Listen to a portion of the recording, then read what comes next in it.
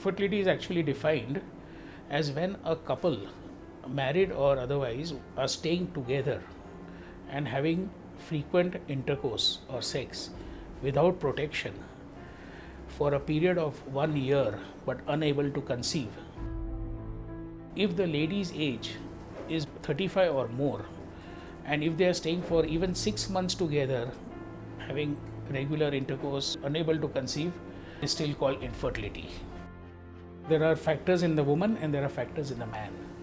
Also, environmental factors are responsible for the infertility.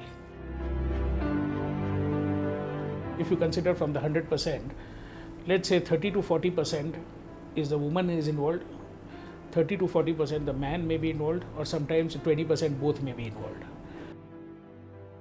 Now, man, there is only one type of problem that can occur, and that is a very low sperm count or a low motility of the sperms, that is, the sperms are moving at a very slow speed, or he does not have sperms at all. In the woman, you have the fallopian tubes, you have the uterus, you have the ovaries. So the problems can be with any of these three organs.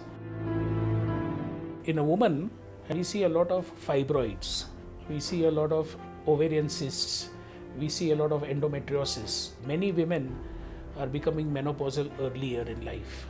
So also many men are losing their fertility very early in life. Therefore, the infertility is always on the rise.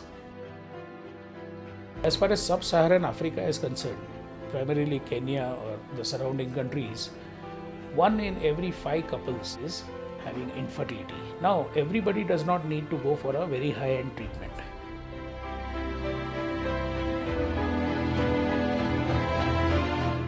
We have 3 centers for doing IVF in the Mediheal group. One is in Nairobi, the second one is in Eldoret, and the third is in Kigali in Rwanda. As far as Kenya is concerned or East Africa is concerned, we are more or less the pioneers. The lady has a menstrual cycle. So in IVF, we manipulate the menstrual cycle. In a menstrual cycle, what happens that a single egg grows during the cycle. During the middle of the cycle, that is on the 14th or the 15th day, the ovulation takes place, and then the sperm is there. If they have had sex, the sperm is there in the fallopian tube. They meet, they fertilize, and then the embryo is formed, and then the baby starts growing in the uterus. In IVF, what we do is we cannot expect only one egg. We try to stimulate the lady to produce multiple eggs. We need to give her as much chance as possible. So we need to give her injections for about 10 to 12 days in the first part of the cycle so that we grow the eggs. Once the eggs are grown, then we harvest them or we remove them by a certain procedure in which the ultrasound machine is used.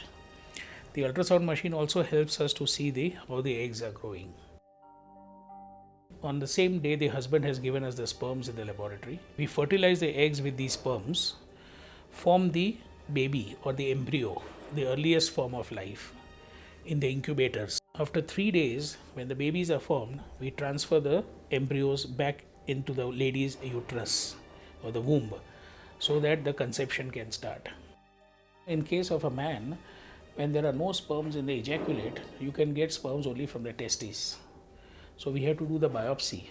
The testicles, we have to do the biopsy from the testes, take out a small tissue and then hunt for sperms in that. So we use those sperms from that man to fertilize her eggs. So we have to have the clinical part and the embryology part. The clinical part is mainly the ultrasound machine. Okay. And the embryology part is the one which is in the laboratory, where there are microscopes, micromanipulator, the incubators, the laminar flow, and the operation theater where we harvest the eggs and we transfer the embryos back into the uterus. And they are all tested for HIV and embryo cell. So we don't have any problems regarding that. We have been able to incorporate a lot of new technologies. We use laser now to hatch the embryos.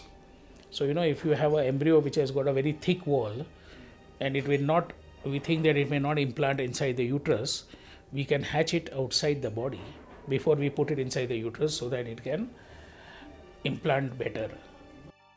Of course, not everybody can become pregnant. It depends upon the uterine conditions, the embryo conditions, and all that. 45 to 50% of such women coming will get a pregnancy. We have had more than 1,000 pregnancies now. Unfortunately, IVF all over the world, there is nothing like 100%. But we try to increase the pregnancy rate. So we consistently give 50 to 60% pregnancy rates. We are doing something always new in our field, in IVF. A couple, who has succeeded, they will bring 5 more couples to you. It's a fascinating journey.